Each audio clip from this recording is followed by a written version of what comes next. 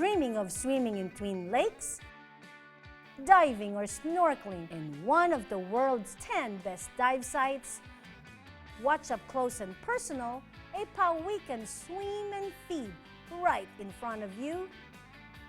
And if that's not enough, meet a kaingero turned eco-warrior who now leads the protection of the forest.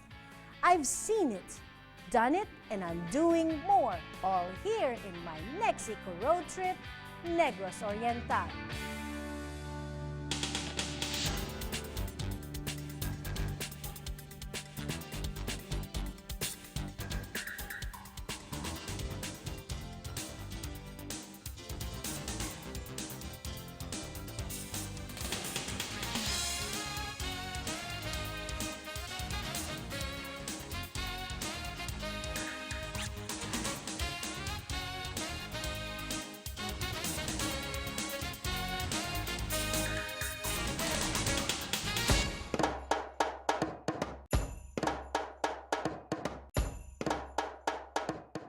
I made it, and I'm finally here in Negros, the fourth largest island of the Philippines. Divided into two parts, Oriental and Occidental. But for now, my first stop is here in Eastern Negros, or Negros Oriental, the land famous for its growing eco-destination. I heard the Negrenses are vigilant in reforesting their mountain, that the whole province has bonded together in greening and protecting their mountains. How successful was the project?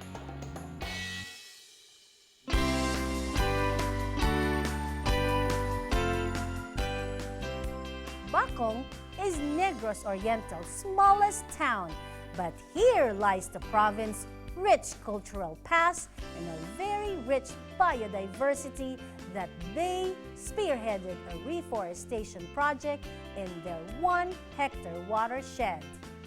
What is the Lawigan Watershed Reforestation Project all about? Ang Lawigan Watershed Reforestation Project is a project of the LGU Bacong, which is to protect the Lawigan and also the the springs. Right. So Lawigan is actually the river. water. River The siya. river. Yes. So yun ang river.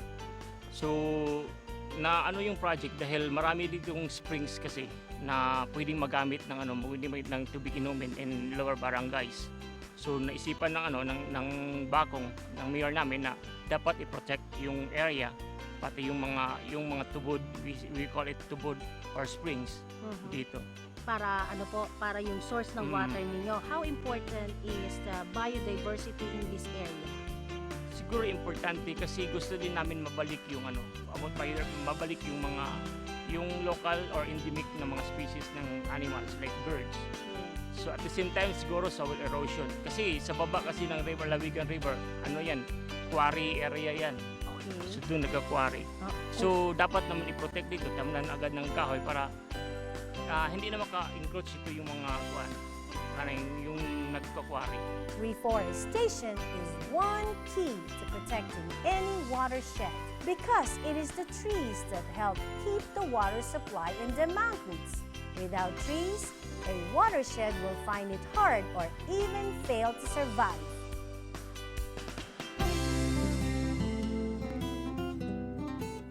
Dumaguete is Negros Oriental's capital, and yes, I'm seeing how gentle and easy life here is. I believe it is because the province is endowed with beautiful lakeside parks that is accessible by its locals any time of the day, like the Balanan Lakeside. Balanan Lake is a 25-hectare body of water space. I could see that it is framed by an old forest with 100-year-old palete trees. How do you care for this forest? Trees are significant contributors in the cycle of life. In Balanan, we preserve and protect these trees by the help of the community. People here get their daily viand of fish and shrimp. And in terms of agricultural potential, the lake water contributes to the irrigation system in the lowlands. Balanan Lake's 25-hectare area is a premier tourism destination in this part of the province. It offers amenities such as hotel and restaurant, a tri-level freshwater swimming pool, a waterfalls, and a floating cottage, and activities such as boat ride and kayaking, and a zip line which is 150 feet off the ground. A lot of activities here. Now, what kind of biodiversity can be found here and how is it protected? Well, the whole of Balanan area is rich in biodiversity. Right. Water life is practically rich in fish and shrimp. Our forests are home of endemic trees. The government initiative is to empower the local people to safeguard the environment.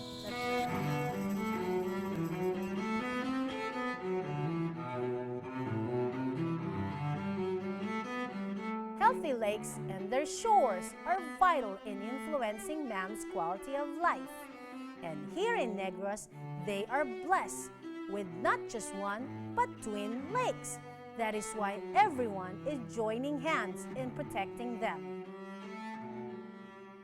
Twin breathtaking lakes, Lake Balinsasayao and Lake Danao. How special is the Balinsasayao Twin Lake Natural Park? What make it so special?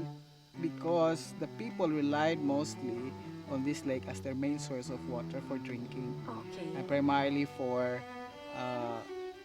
domestic use naman, and then Yes. the others would use this for agricultural purposes. Okay. And this was driven out because of the crater lakes. Formerly, galing ito sa isang volcano, Okay. and then nagiging extinct. Kumbaga, after the eruption, just like Mount Pinatubo, Right. napuno siya ng tubig. And then through time, eventually for so many years, nagkaroon ng forest. And we call this tropical rainforest. Right. If a lake is properly cared for, they ease the impact of floods and droughts by storing large amounts of water and releasing it during shortages. How healthy and clean is the lake? The lake was formed basically from the tributary rivers na nandito. Mayroon ding directly stored from the rain. No? So, lahat ng ulan na napupunta dito, sasalo niya. And wala tong exit, kumbaga walang river na So, exit. Dito lang. Stuck lang siya.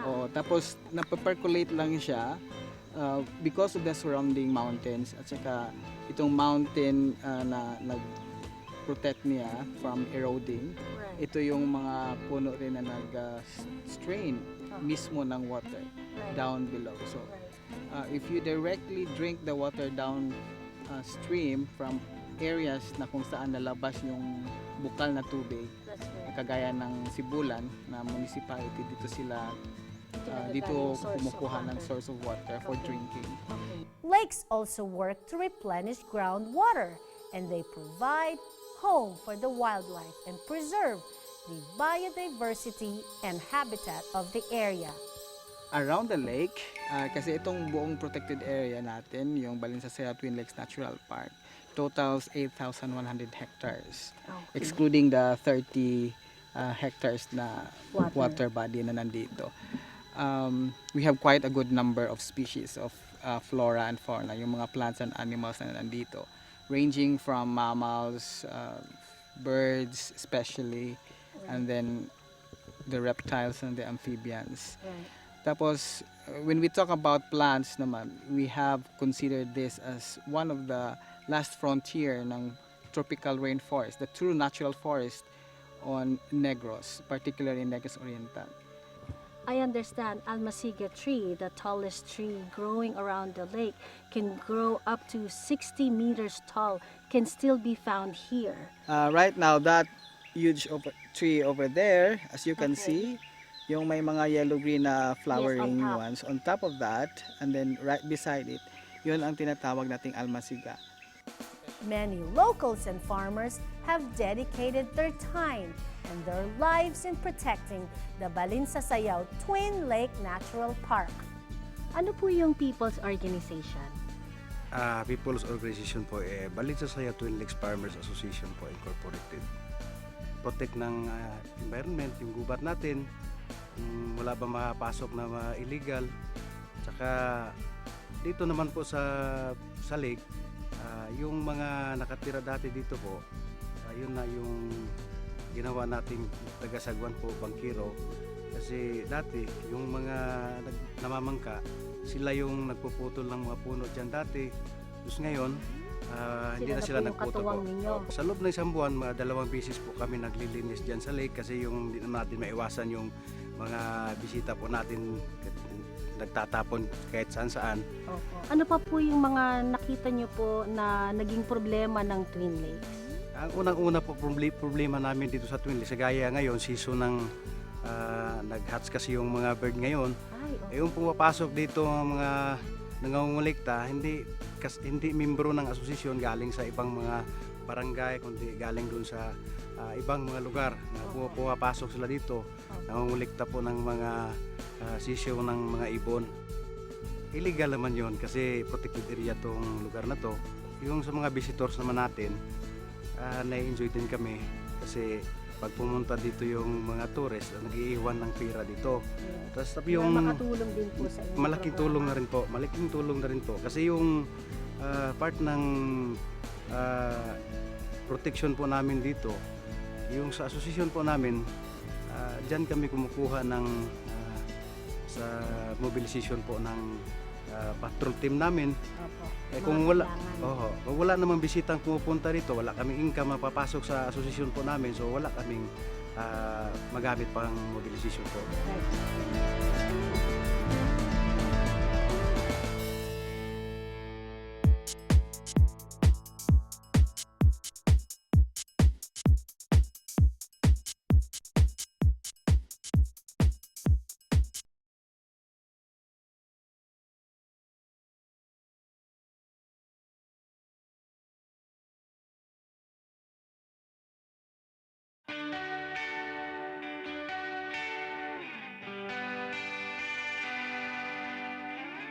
Negros Oriental, a home to a dazzling marine reserve, home to some 650 species of fish and 400 species of corals.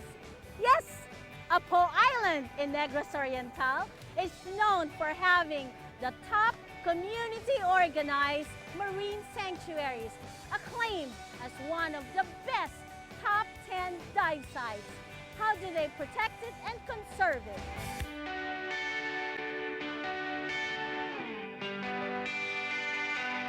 It was started as protected area in 1994. Are there any situations po na threaten the marine life here? Of course, dati marami yung unang inimi namin yung taga-Apo talaga dahil hindi lahat taga-Apo sumang-ayon sa yung mga tao sa Apo. Tapos yung naging after 2 years na maganda na talaga, marami ng isda, yung iba na namang yung taga Bohol, yung taga Siquijor na naman ang mga So visitors naman. pupunta ng Apo para mag-dynamite sila doon sa Apo. So how did you empower them to protect Apo Ayan, Island? gumawa kami ng mga ordinansa. Bawal mag-anchor sa Marine Reserve, bawal mangisda sa Marine Reserve, bawal mangulikta ng mga shells, mga corals, mga buhangin sa loob ng Marine Reserve. Now, ano po yung mga current programs ninyo ngayon or activities to preserve Apo Island? Mayroon kami mga bantay dagat Okay. at saka kami lahat nagbabantay, kahit mga maliit na bata nagbabantay. So bata pa lang, Oo. marunong na sila. Pumunta ka na nga po, mag-snorkel ka, kukuha ka ng shells or mga stars, makita ng mga bata, tatakbo kaya kaagad yun sa akin or doon sa opisina ng PUBB. At saka yung mga nanay nila, magsumbong ka agad yun sila na ikaw, nangunguha ka doon na welcome kayong bumisita sa amin para makita nyo ang magandang kinayahan sa Apo Island, yung mga pawikan, mga friendly sila. Pero ano lang, ang hihingiin ko lang na ingatan nyo yung mga kinayahan namin, hindi lang sa Apo, dito sa Dawin, na para rin sa mga anak namin, hindi mawala yung masira, yung mga coral. At nagpapasalamat din po kayo sa naging revenue ng mga turistang bumisita dito sa Apo Island na nakatulong po sa inyong programa. Oo, marami Which is, sila. Yung binabayad nila, yung 75%, bumalik sa amin, yung 25% nasa national, at hingin ko lang po sana na yung 75% na bilis-bilisan rin po balik sa amin. Yes, Kailangan namin ng mga sahod sa nagbabantay sa kinaiyahan. right. At saka mapagpatuloy ang ating proyekto.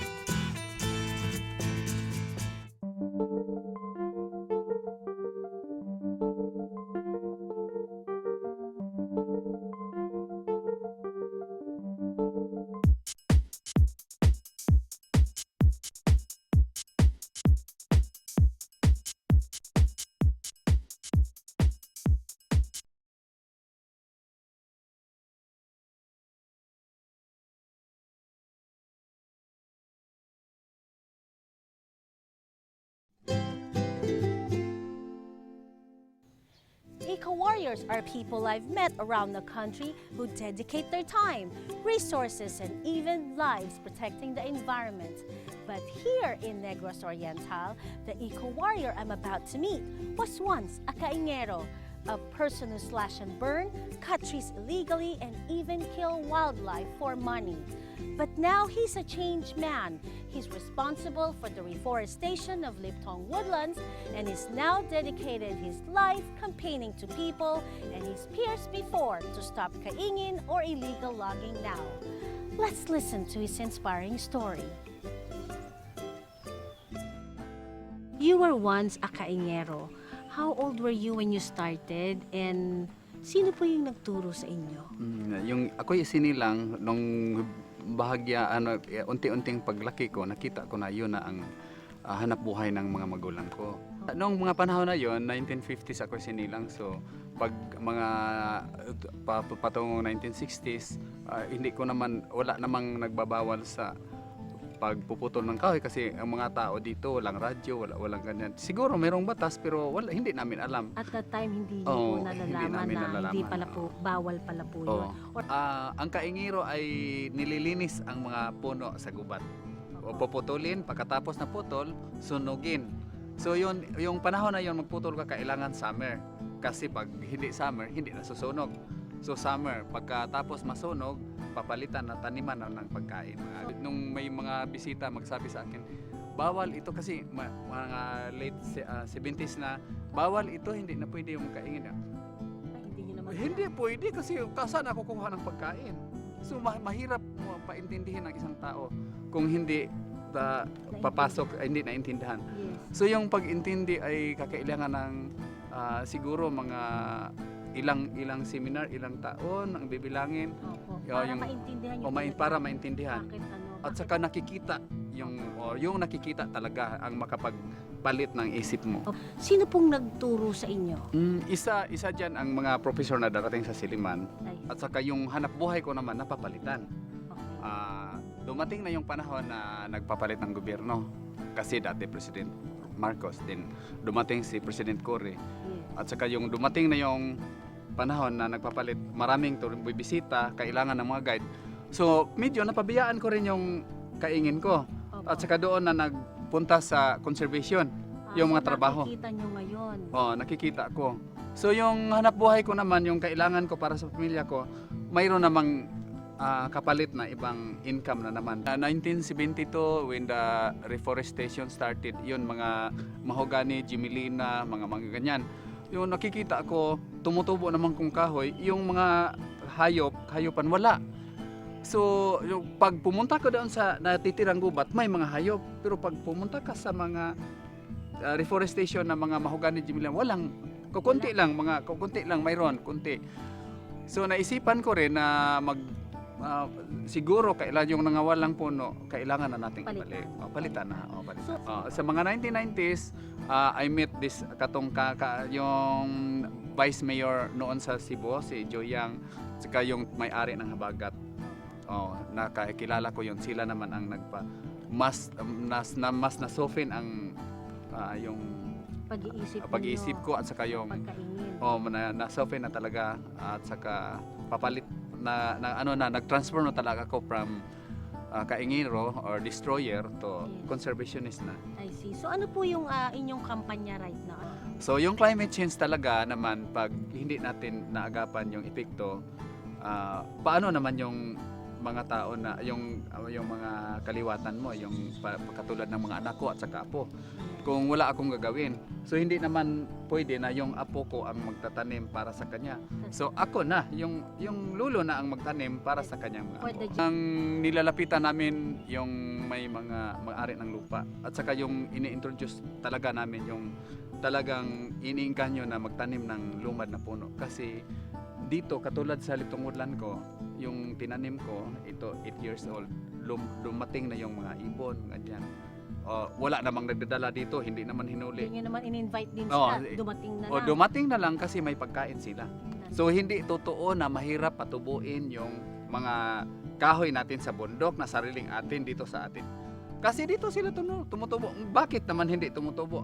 Kailangan lang ng sipag at yung pag-aalaga. Alagaan talaga. How long do you plan to do this? Na ito po ay kayo ay nagtatanim, nagkakampanya, nagtuturo po kayo ng importansya ng ating mga puno, kalikasan. How do you plan to do this? Hanggang sa makaya ko pa, kaya pa ng katawan ko, yun naman ang hinihingi ko sa Panginoon, kahit ako'y matanda, kaya ko pa hanggang sa marami ng magkatulad sa akin. Right. Now, para po sa inyo, ano po ba yung value ng trees, nature, and animals? Ano po ang naging halaga nila sa inyo? Ang halaga nila ay hindi mo mabibili ng pira. Kasi siya lang Priceless. is priceless. Kasi ang puno ay nagbibigay ng pagkain, nagbibigay ng hangin na malinis, at nagbibigay ng tubig. Hindi kayo mabuhay na malusog kung wala kang malinis na hangin, malinis na pagkain at malinis na tubig. Yung naglilinis ng tubig ay yung malusog na gubat sa ating bundok.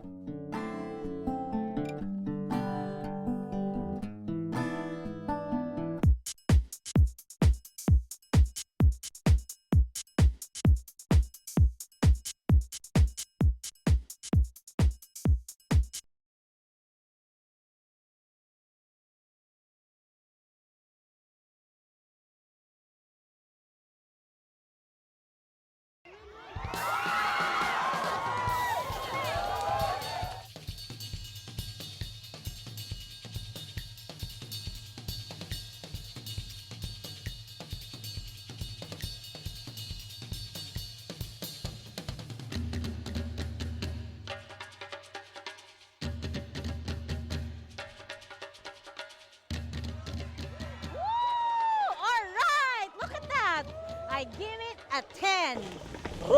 Congratulations on making the second Ligaron Challenge very successful. And how did you come up with this idea? Una, kasi masarap kasi yung lugar ng Valencia eh. Yes. Napakalamig, ganda yung hangin, presong Yes, yung all hangin. natural. All natural kasi sa Dumaguete ako. So, akit ako dito para mag-relax. So nakita ko itong mga bata na naglalaro ng ligiron eh. So nagtatanong ako sa mga matatanda, ano ba itong ligiron? So sabi nila, ginagamit daw nila ito sa mga farmers, yung ligiron. Mga way back 1960s pa daw eh. Yes. Kasi pag-transport ng farm products galing sa bundok para madali siyang dalhin doon sa baba, ikakarga doon sa okay. ligiron. Yung mga Alright. kopra, And they also use it as a mode of transportation Oo, with para mas crops. madaling dalhin yung mga produkto nila galing sa bundok. Yes. So, napakaganda yun. Tibay naman ito kasi gawa lang ng kawayan sa kakahoy. Ano po ba ang meaning ng Ligaron? Yung ligiron, pwede din siyang gawin nating to roll down or dalhin sa baba o paligid papunta sa baba. Now, Ligaron is made of recycled wood. Yes, una-una yung component niya, yung kawayan. Napakarami tayong kawayan to. Yung Yes. yung tawag nila ditong butong. Yung butong ang tawag nila dito sa klaseng kawayan. At saka mga kahoy na makikita lang sa paligid. Yung malaking roots ng kahoy. Tapos kinukuha na yun. Tapos ginagawang gulong. You also have a safety feature.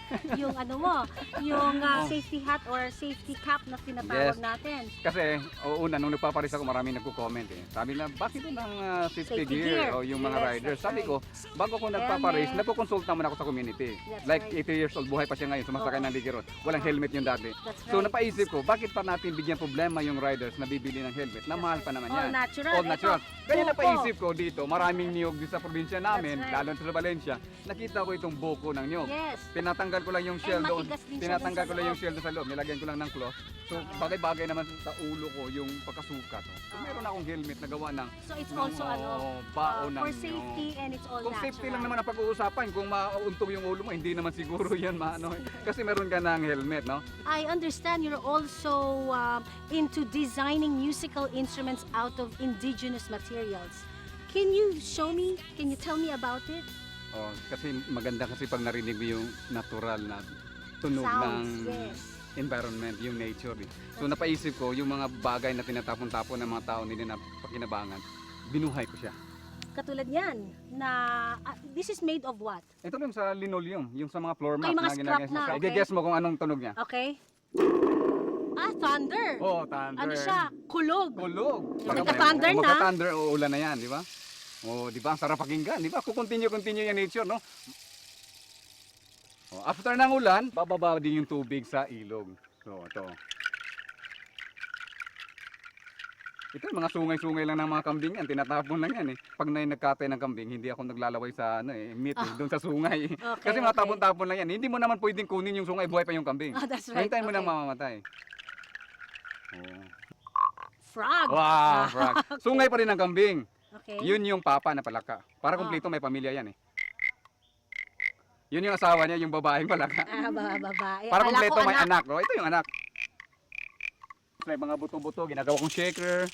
Ayan, mga ng nyog, ginagawang shaker o marakas, ganun. no? Maracas. Oh, dati, itong pag-communicate, wala bang cellphone, so itong ginagamit nila. Okay. May tawag namin ito, bodyong or conch shell. Kaya lang, endangered na siya ngayon, hindi na siya pwedeng kukunin. Okay. So, ipapakita ko lang kasi ito ginagamit pag-communicate ng mga tao dati. Eh. That's right. So, ibublow mo lang siya, yun to call the attention to the people na community kung Okay. mag-gather sila or may meeting. Okay, so So, let's madali lang, hear. ibublow mo lang siya dito, may butas. Okay, go ahead.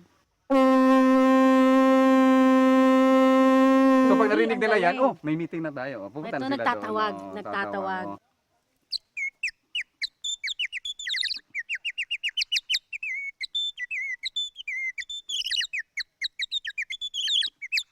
Ayan, ano Ang narinig? galing. Ano narinig mo? Parang all natural. Oo, Talagang talaga. birds. You could be Pag- having yes. nest right outside Yun your yung ano. isa na your home. makatulong kung i-educate mo yung bata. What's your message to all of us? Para sa lahat, no? Ang importante kasi mahalin lang natin yung nature, yung environment, mahalin natin kung anong pwede na natin makuha na hindi naman natin aabusuhin, hindi natin sirain. Kung makikita natin na may mga bagay na nakita mo na baguhin mo lang yung na nakakatulong ka at nagpapa-inspire ka pa ng tao, nagpapa-open up ka sa mind nila na pwede palang gawin. Wala palang imposible. Basta importante, mahalin mo yung ginagawa mo. Kahit naman wala kang matanggap na malaking sahod, basta na-enjoy mo lang yung ginagawa mo, tuloy-tuloy yan. Hindi ka na mabawayan ng ating pong may kapal na bigyan ka pa ng magandang buhay.